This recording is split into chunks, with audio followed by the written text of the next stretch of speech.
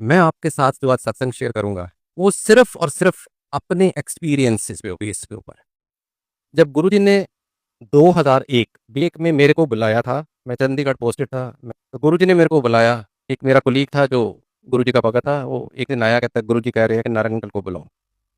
और मेरा सीधा ये जवाब था, मैं किसी गुरुओं के पास नहीं जाता। मैं गुरु ग्रंथ साहब के आगे मत्था टेकता हूँ और मैं नहीं जाता क्योंकि हमारा कुछ धर्म भी है, विश्वास भी है। तो मैंने कहा मैं सबकी इज़्ज़त करता हूँ लेकिन मैं ऐसे नहीं जाता। उन्होंने फिर बुलाया, फिर नहीं गया, तीसरी दफ़ा बुलाया, फिर नहीं गया।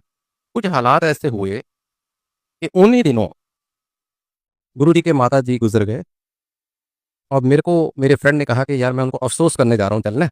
मैंने कहा यार अब ये तो हमारे संस्कार हैं, जो आदमी 3 दफ़ा बुला चुका है, इतना तो मेरा बनता ही है कि मैं जाके अफ़सोस करूँ। और सच पूछो, मैं पहली दफ़ा जब गुरुजी को मिलने गया था 16 मई 2001 को, सिर्फ़ और सिर्फ़ अफ़सोस करने गया था। क्योंकि ना मैं गुरुजी को जानता था, उनके परिवार को जानता था, ना उनकी माता को जानता था। जैसे एक दुनियादारी होती है उस तरीके से गया था। जब मैं गुरुजी के गाँव पहुँचा डुगरी, हम सोचे थे आधा घंटा, घंटा लगा के चल पड़ेंगे वापस, लेकिन गुरुजी घर में नहीं थे। 4 घंटे वेट की उनकी वहाँ पे, मेडिटेशन में थे। और वो 4 घंटों में उस समय तो नहीं एहसास हुआ, बाद में समझ आई कि गुरुजी का, मैं समझता हूँ ऐसा मान रहा होगा कि ये कोई बहुत विश्वास से तो आया नहीं। इसको मेरे बारे में कुछ पता चल जाए फिर मैं इसको दर्शन दूँ। तो मैं तकरीबन 4 घंटे उनकी परिवार के साथ बैठा रहा, 5-7 लोगों के। और मैं आपको 4 घंटे बहुत होते हैं, चाय प्रसाद लंगर कितना खा लोगे? मैं पूछता रहा, आपको क्या गुरुजी बचपन में क्या करते थे? शरारती थे, खेलते थे, पढ़ते थे कि नहीं, स्कूल जाते थे कि नहीं? जो मन में सवाल आते रहे पढ़ता पूछता गया। अब उस समय इतनी आस्था नहीं थी कि मैं हर चीज़ को मन में रिकॉर्ड करता, लेकिन इतना मेरे को याद है मैंने गुरुजी के फादर को पूछा, बापूजी को, कि आपको कैसे पता चला कि आपके घर में गुरु जन्मा है? बापूजी ने कहा, हमको भी बहुत लेट पता चला कि हमारे घर में गुरु पैदा हुआ है। छोटे होते बहुत सारे ऐसे किस्से होते थे जिससे ये लगता था कि कोई हमारे घर में, पता नहीं इस आदमी के पास बड़ा मैजिक है या इसके पास कोई पावर है हिप्नोटिज्म की। कभी-कभी स्कूल के टीचर आके कंप्लेंट करते थे कि ये लड़का क्लास में आके बैठता है, हाज़िरी लगाते हैं, उसके बाद अलोप हो जाता है। फिर जब हम चलने लगते हैं फिर आ जाता है, ये क्या हो रहा है? इस तरीके की एक दफ़ा कोई एग्ज़ाम चल रहा था, गुरुजी का फाइनल हो, किसी ने, लड़के ने कहा मेरी पेन इंक खत्म हो गई। गुरुजी ने कहा ला इधर पेन दे, उसने ऐसे फूँक मारी, कहते चल लिख। तो वो टीचर ने आके कहा आप कॉपी कर रहे हो? उसने कहा कि हम कॉपी नहीं कर रहे, सिर्फ पेन दिया। कहते नहीं, कहती ये कैसे हो सकता है फूँक मारने से? चुप! उसने अपनी दुकान से नई पेन मँगाई, कहता आप इस पे फूँक मार के दिखाओ, उन्होंने फूँक मारी, चल पड़ा। अब ये सब चीज़ें बापूजी के पास आती थी, लेकिन ये एहसास नहीं हुआ कि मेरे घर में वो जादूगर समझ रहे होंगे या जो भी मन में उनके, ये नहीं आया कि एक गुरु मेरे घर में पैदा हुआ है, सर्वशक्तिमान। तो कहते हैं सबसे पहले, कहते हैं कि गुरुजी के माता जी को एहसास हुआ कि मेरे घर में मेरा बेटा गुरु जन्मा है। और एक दिन जब मेरे को एहसास हुआ, ये पिताजी उनके कह रहे हैं, बापूजी ने कहा कि एक दिन मैं सुबह उठा और मैं अपने पुत्र के आगे मत्था टेका, उस दिन मेरे मन में आया कि ये मेरा गुरु है। वरना बेटा तो हमेशा बापू मत्था टेकता ही है, लेकिन उस दिन फादर ने मत्था टेका तो उनको लगा कि ये गुरु है। समझ लगी कि बड़े किसी महापुरुष को मिलने वाले हैं। तो 12 बजे के हम बैठे, 4 बजे गुरुजी आए। गाँव में जैसे होता ही है, कमरे में मंजी थी बड़ी और नीचे लोग बैठ गए क्योंकि माताजी की डेथ हुई थी, अफ़सोस का माहौल था। 20, 25, 50 लोग नीचे बैठे थे। मैं अफ़सर था, मैं भी मंजी पे बैठ गया। नहीं समझ आई, अकल नहीं थी। उतनी देर में गुरुजी आए। वो 4-5 लोग इकट्ठे आए, मैं तो उनको कभी दिखा नहीं था। तो मेरे 2-4 दोस्त जो साथ गए थे कहने लगे नीचे बैठ, ये गुरुजी हैं। मैं दबा-दब नीचे बैठ गया। खड़ा ही हुआ तो गुरुजी कहते थे बैठ जा। बैठ गया, तो कहते नारायण अंकल, कहने मैं 2-3 बारी बुलाया तो आंदा क्यों नहीं? जवाब तो है नहीं। मैं कहा गुरुजी गलती हो गई बस। और माताजी का बड़ा अफ़सोस है। तुम दस आया क्यों नहीं? मैं कहा जी जो तो हुक्म होना सी वो तो आना सी। माताजी का बड़ा अफ़सोस है। मैं कही जब माता दा अफ़सोस होया मेरी गल दा जवाब ही ना दे। मैं सोचा जां इन्हां नूं सुनाई नहीं दे रहा, जां इग्नोर कर रहे ने। कित्थे-कित्थे पोस्टिंग रही है, किहड़ी-किहड़ी थां ते रहे हो, मैं सारा दसदा रहा। मैनूं कहंदे ने कि फलानी-फलानी थी माता जी दा भोग है, जेह्ड़ा अंतिम अरदास भोग हुंदा है साडे सिस्टम च, ते ज़रूर आई। मैं कहा सत-बचन मुँह से निकल गया या कह दिया तो इसका मतलब जो बड़ों ने कहा वो बात मानना है। मैं पहुँच गया वहाँ पे। जब मैं पहुँचा तो वो गाँव में छोटी-सी जगह में, जब मैं गुरुजी को 4-5 दिन पहले मिल के आया था, वहाँ पे तो बड़ा ही नज़ारा, मतलब उन दिनों में भी 8-10 हज़ार की संगत और बड़े-बड़े लोग और लाल बत्ती की गाड़ियाँ, कोई हेलीकॉप्टर आ रहा है, कोई फलाना उतर रहा है। मैं भी ऑफ़िस अपना गवर्नमेंट की गाड़ी में था, मेरे को लेके चले गए, वहाँ एक वीआईपी एन्क्लोज़र बैठा था, वहाँ पे मैं बैठा। तो भाई हरबंस सिंह कीर्तन कर रहे थे, जिनका आप अक्सर व्याख्या वाले शब्द सुनते हो उनके। तो मेरे मन में ये आया कि गुरुजी थे नहीं अभी, मतलब पंडाल में, मैं कहा अभी गुरुजी आएँगे?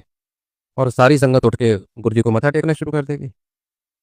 और गुरु ग्रंथ साहब वो जो हाइपर पे बैठे हुए हैं, उधर किसी का ध्यान नहीं होगा, सब उधर चल जाएंगे। ऐसे मेरे मन में कुछ ख्याल आया और मेरे को इतना याद है, जब भी मेरे मन में ये ख्याल आया, फौरन कीर्तन रोके अनाउंसमेंट की गई कि अब गुरु जी पंडाल में आ रहे हैं और उनका हुक्म है कि गुरु ग्रंथ साहब की हजूरी में कोई भी गुरु जी को मत्था नहीं टेकेगा, क्योंकि गुरु ग्रंथ साहब जब मौजूद होते हैं वो सुप्रीम होते हैं।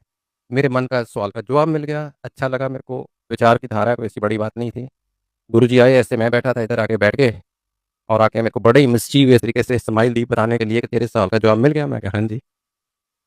एनीवे, करते कराते उस समय को 8-10 की संगत थी। गुरु जी प्रसाद खुद हाथ से देते थे और गुरु जी के कोमल हाथ अगर फोटो में देखो तो ऐसे किसी को देते थे और वो 2 हाथों में भी नहीं पकड़ पाता था, दोनों हाथ पूरे भर जाते थे और आपको ऐसे ऐसे खाना पड़ता था। अब लाइन बड़ी लंबी, मेरा कोई विश्वास नहीं था, मेरे को था वापस चंडीगढ़ जाऊं, तो बहुत लंबी लाइन में मैंने को मतलब कुदरती बात है, जब इतनी लंबा लाइन थी, ये एक अनाउंसमेंट हुई कि दिल्ली वाले बाद में लेंगे लंगर, पहले पंजाब वाले ले लें। तो मैं 50-60 लोग के बीच में जाके थोड़ा गया छुप के, मैं क्या, ना मैं पंजाब का ना दिल्ली का, चंडीगढ़ तो यूनियन टेरेटरी है, मैं निकल जाता। तो मैं प्रसाद लेने के लिए भी चलो चले घर चले, लाइन में आ गया, ऐसे ऐसे कुर्सी प्रसाद दिए जा रहे हैं। और जब मेरी टर्न आई, कहते आओ नारंग अंकल आ गए लाइन तोड़ के। मैं तो देख रहे रह गया, इन्होंने देखा कहाँ पे मेरे को। उस समय एहसास नहीं हुआ ये कौन है। आज पता है वो शिव है, तीसरी आंख से दुनिया देख रही है, मैं किस बात की मूली हूँ। लेकिन वो उन्होंने जब कहा ना, मैं कहा यार इन्होंने पकड़ लिया मेरे को। और फिर जाने के टाइम मेरे को कहते 7 जुलाई को मेरा जन्मदिन है, बड़े मंदिर लेके आई फैमिली नो। सब फिर 7 बच्चे मुंह से निकला। जब मैं 7 जुलाई को 2001 में दिल्ली पहुंचा बड़े मंदिर में, तो मत्था टेका। मैंने कहा मेरी आंटी है, मेरा बेटा है, नाली बिठा लिया पास। 5 मिनट 10 मिनट, बड़ी दुनिया आ रही है। गुरु जी का जन्मदिन बहुत बड़ा सेलिब्रेशन होता है बड़े मंदिर में, शिवरात्रि और जन्मदिन 2 बड़े फंक्शन होते हैं। और उसमें वहाँ पे अरुण शोरी अंकल बैठे हुए थे, ही वॉज मिनिस्टर पहली वाजपेयी गवर्नमेंट में भी, और वैसे इंडियन एक्सप्रेस के एडिटर भी रहे हैं, बहुत फेमस जर्नलिस्ट हैं। 10 मिनट हुए होंगे तो कहते हैं अरुण शोरी को, शोरी अंकल नारंगा को सत्संग सुनाओ। उसने अपना सत्संग शुरू किया कि उसकी बीवी को पार्किंसन थी 8 साल से, बेड रिडन थी, उठ नहीं पा रही थी, बड़े इलाज किए, बड़े गुरुओं के पास गए, कुछ नहीं बना। एक दिन इस गुरु जी के पास कोई ले आया, फिर जाने के टाइम गुरु जी ने कहा ये प्रसाद अपनी बीवी को दे देना। वो था समोसा प्रसाद।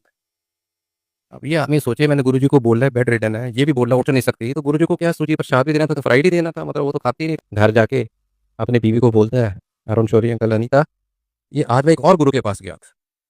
तो रोज ही जाता होगा बेचारा, भाई बीमार है तो परेशानी है। आज मैं एक और गुरु के पास गया, तो उन्होंने ये आपके लिए प्रसाद दिया है, मैं आपकी साइड टेबल पे रख रहा हूँ, अगर दिल करे तो खाना, नहीं करेगा तो सुबह मेड को दे देना। फिर मैं तो क्या कि अपने कमरे में चला गया, क्योंकि मेरे को काम करना होता था जर्नलिज्म का। सुबह मैं 6 साढ़े 6 बजे तो चाय पीने आता था, बीवी के पास आया तो बीवी बेड पे नहीं। तो मैं बड़ा परेशान, मैंने आवाज़ दी उस नर्स को जो ड्यूटी पे होती है, वो भी नहीं बोली, या तो ऑफ ड्यूटी होगी या कहीं इधर उधर होगी। फिर मैंने देखा समोसा भी नहीं है, मैं कह खा गई लगती है।